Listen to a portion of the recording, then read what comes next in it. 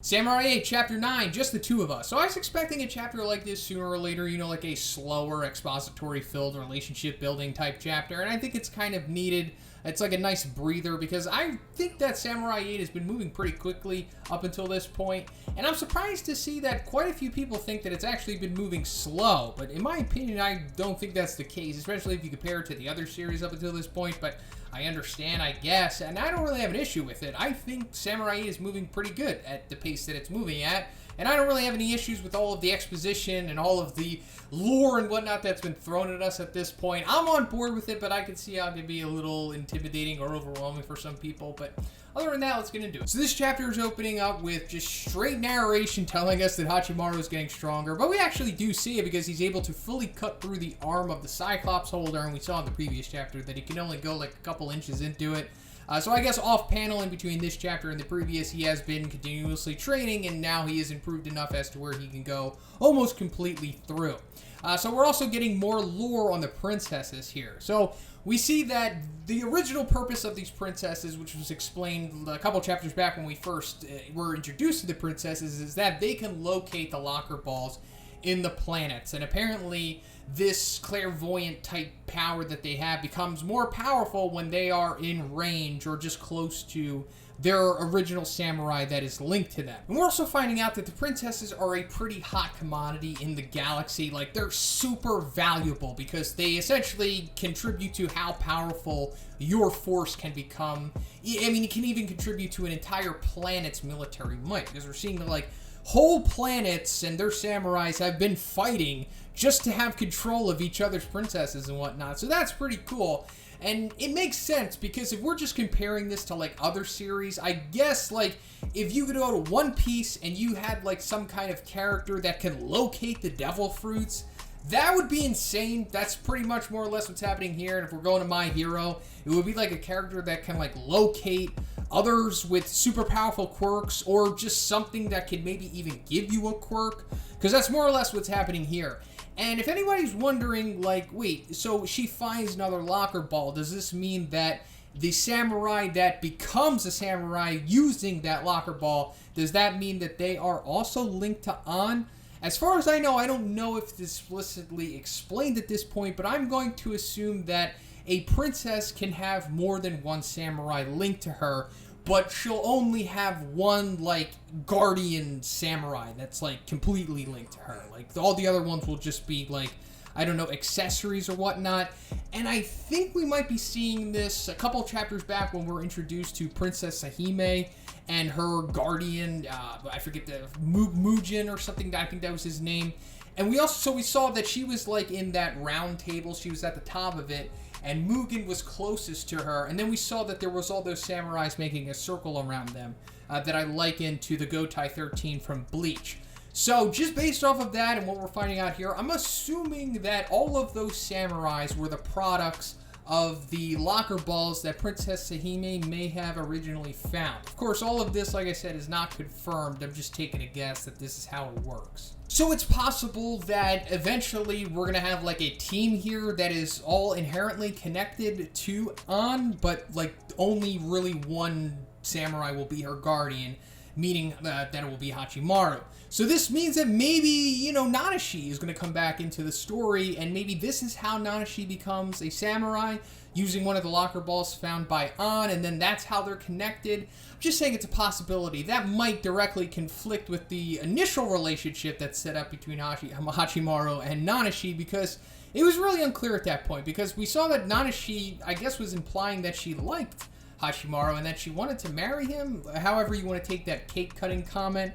But also, it was kind of set up that they're rivals too, so I'm just putting it out there. But I do think that we're going to see more people added to this party. So we're also seeing that Ann can not only just locate the dormant locker balls that are in the ground, but she can just straight up locate the locker balls that are in use, that are already in the samurais. Because like when Hachimaru is standing in front of her, she could see like the orb when she goes into like her clairvoyance 11 from Stranger Things mode that she goes into. So I guess this is going to come into play later. Like, I'm sure that she's going to be able to sense that Atta is nearby, and we'll get into that later, of course. But I'm just assuming that if that doesn't happen then, it's going to happen sooner or later. Like, this is a useful skill to have, especially, like, if you're in the vicinity of, like, a threatening samurai. So now let's get into the locker ball that she finds. I'm surprised by this. I didn't know that it was going to be this simple. Like, it seems like when they find the locker ball, they only have to dig about 10 or 15 feet down into the earth to get it.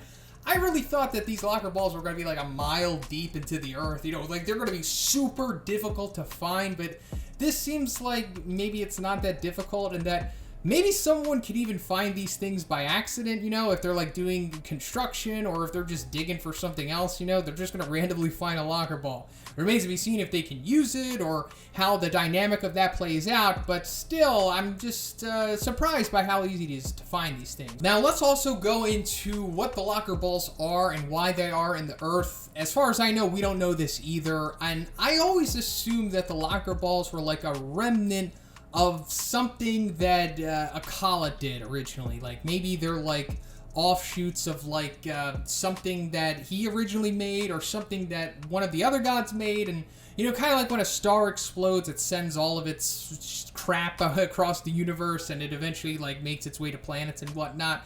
I'm thinking it has like a similar dynamic to here. If not, then that means that these locker balls organically grow in the earth. But then if they do, why did they have the ability to create samurais? You know, why is it so specific? It just seems like these were engineered rather than just organically grown. Or maybe it's a little bit of both. You know, it remains to be seen, of course. We're just throwing out theories here. So then we're getting some nice relationship building between Hachimaru and Ann, and I'm glad that this is happening sooner rather than later, because I think it would have kind of been annoying if we just kept going on to the next 10 chapters and they still had this stale dynamic where it's like she's annoyed by him and he just can't keep messing up and whatnot with her. So it's nice that they're just getting further than what they were in the previous 2 chapters here. I don't think they're obviously just automatically in love with each other or even just on board with each other, but definitely some progress has been made here, so we're not just going to have to go through that whole awkward thing where he says something stupid and she's reluctant to lower her guard and whatnot, you know what I mean? But then we also see him kind of fibbing to her about his upbringing, and I think this might be a half-truth more than anything, because he says, like, yeah, I was very strong even then. My friends from the dojo even called me a prodigy. He might be talking about the friends that he made on the game that he played originally. I don't know. It was never really established if he did have friends in the game or anything, but I'm assuming that he might be talking about them here. Other than that, he's just straight up lying, and it's understandable. I mean, we all have those moments in our life where we're ashamed of our upbringing or we're ashamed of our past, and we kind of just want to move past it, but we don't want to keep bringing it up, and we feel like if we really let the other person know the truth about us, that it's just going to make them not like us, so we kind of just present ourselves as someone who we want to be rather than who we actually are. Now, I'm not saying I condone lying and just being like a pathological about it or anything. I'm just saying, you know, this is just typical human behavior. We all have done it once or twice in our lives, unless you're just this super perfect person who has this great affluent upbringing and have made no mistakes in your life. Well, then more power to you. But I'm just saying is that I feel like we should be able to relate to Hachimaru here rather than just call him a scumbag for lying to Ann, who seems to be, you know, pretty honest with her upbringing, where she says that she doesn't have any talent, although that's not true since she does have talent here. Naturally, she being a princess means that she inherently has talent, but still, I'm sure this is going to come back to, you know, affect their relationship sooner or later. It's going to be, oh, you lied to me about your upbringing. So we're coming to the end of the chapter, and we see Atta finally making his way to their planet. I don't want to call this Earth because I honestly don't know the name of it, but the satellite planet, which they're calling Moon, but with 2 U's instead of 2 O's, he's encountering this place, and it seems like he's crash landing on the moon, and he's landing so hard on this friggin' place that it's like, you could see it from orbit. Like, if we're comparing this to our own moon, this is like close to the size of Africa, I assume, like a little bigger than that, I guess. So the impact that he's making is like country busting, I guess. So frigging insane power from Atta here, but we already knew that he was insane from the previous chapter. But he says something really interesting here. So he's like, I'll make use of it on the way back when it's time to get rid of that planet.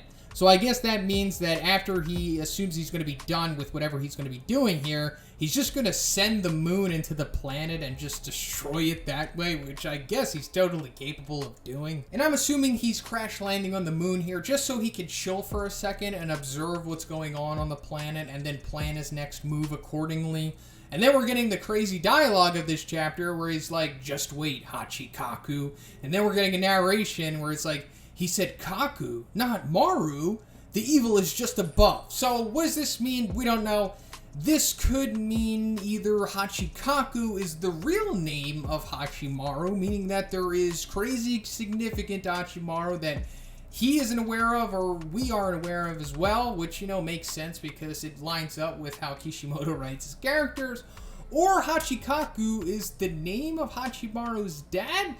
Yeah, there's so many possibilities as to what could be going on here, but, you know, the only real thing that's sticking here is Hachi, which is 8, so I guess he truly is the 8th child. But regardless of what the truth is here, I'm going to stick with my original theory about Hachimaru's dad, and assuming that he stole something from Atta here, and maybe he stole Hachimaru from him. Like, maybe Hachimaru originally belonged to Atta because maybe there is, like, some kind of crazy significance to Hachimaru, and that maybe Atta put Takasuna's vampire soul inside of Hachimaru originally, and maybe on his journeys, Hachimaru's dad saw little Hachimaru, and he was like, I gotta save this kid, but he didn't really know how to care for him or something, and maybe that's why he has him hooked up to the life support or something like that. I just don't think that Hachimaru's dad was originally a samurai, because nothing points to that. There's no evidence showing that he was, other than, like, the knowledge that he has of it and all of the gear and stuff that he has. But aside from that, it just doesn't seem like he himself was a samurai, unless there's some kind of process you can go through that, like, undoes the samuraiification that has been done to you. But I'm going to assume that, like, his dad is, like, a thief or a former thief or something, and maybe once he found Hachimaru, he decided to, like, change his life and just become a father for this child that he found, or this, like, I don't know, this sacred thing that Hachimaru might turn out to be. But yeah, I could just ramble on about theories all day, but that's pretty much it for the review. Let me know what you think about all of this in the comments, and if you like the video, guys, please give it a like. And I also have a Patreon, gives you access to a weekly Q&A that I do, and if you haven't already, please subscribe as well. Have a great day, everyone. I'll see you in the next one.